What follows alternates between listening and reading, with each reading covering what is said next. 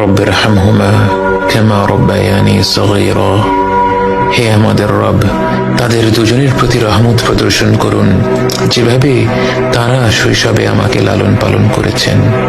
বাবা মা যে পরম স্নেহ মমতা দিয়ে একজন সন্তানকে লালন পালন করেন, সৃষ্টি জগতের কোনো কিছুর সাথেই তার তুলনা হয় না। এই মমতায় কোনো স্বার্থ নেই, নেই কোনো শর্ত।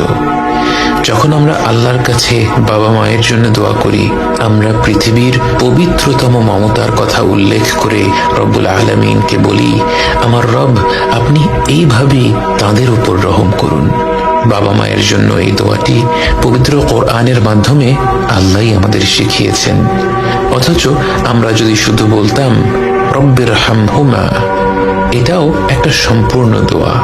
এর অর্থ, হে রব, আপনি তাদের দুজনের উপর রহম করুন। কিন্তু আল্লাহ আমাদের শিখিয়েছেন রব্বিরহামহুমা কামা রব্বায়ানি সগীরা। শৈশবে তারা কতটা স্নেহ মমতা ভরে আমাদের লালন পালন করেছেন, এ কথা উল্লেখ করতে গিয়ে আমাদের মনে পড়ে যায় তাদের অজস্র আত্মত্যাগের কথা। এই পৃথিবীর বুকে আমরা ভূমিষ্ঠ হওয়ার আগে থেকেই বাবা মায়ের আত্মত্যাগ আরম্ভ হয়ে যায়।